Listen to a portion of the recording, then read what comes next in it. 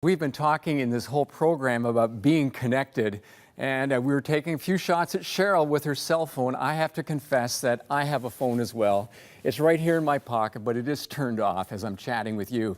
But the reason I love a phone is that it helps me to stay connected, not just with my wife, but with my 5 daughters. And that's kind of when I don't want to turn my phone off. I want to be in touch with them.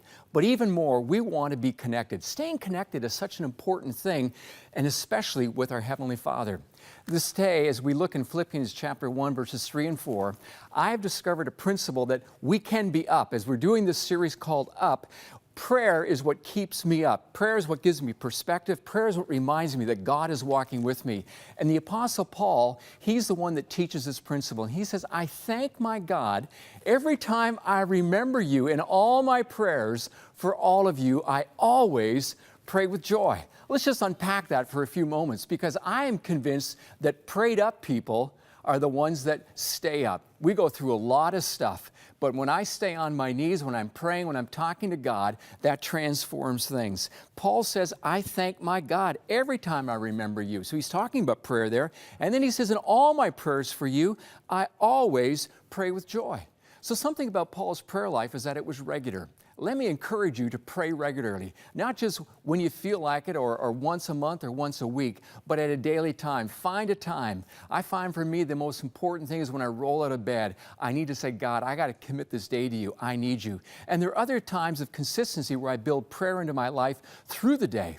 I remember the story in the Old Testament of Daniel in the Old Testament. He gets down on his knees and he prayed 3 times a day. We live in a pretty casual age, don't we? But there's something to be said if you're able to get down on your knees. Somehow it just reminds me that I'm in the presence of the King of Kings. And the other reality is that when I'm on my knees, they don't shake, because there's so many things that can terrify us. There's so many things that can steal away joy and create fear in our heart. But Paul says something else. He says, I pray with joy. He prays with joy because these people have made such an impact in his life.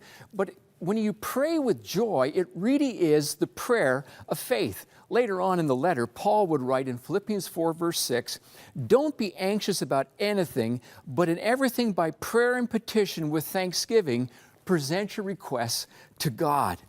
Let me unpack that one word, anxious. Did it slip by as I was going there? Because, culturally it seems that we are all nervous wrecks. And if anything leads to stress and many of the disorders, it is anxiety. As I read articles about that, as I know what I've had to deal with what you're dealing with.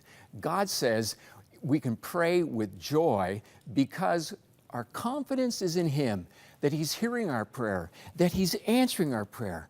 Matter of fact, over in 1 John 5, verse 14, I wrote down a verse that says, this is the confidence that we have in approaching God, that if we ask anything in His name, He hears us, anything. Now, sometimes the answers that God gives me to my requests are not what I want, but I know that He hears me, and I've learned that I can trust Him as I walk through the day-to-day journey. Prayed up people are the ones that stay up. We talk a lot about prayer on 100 Huntley Street. There are prayer lines that are open, people that you can call right now as you see that number going across the bottom of your screen. We want to pray with you.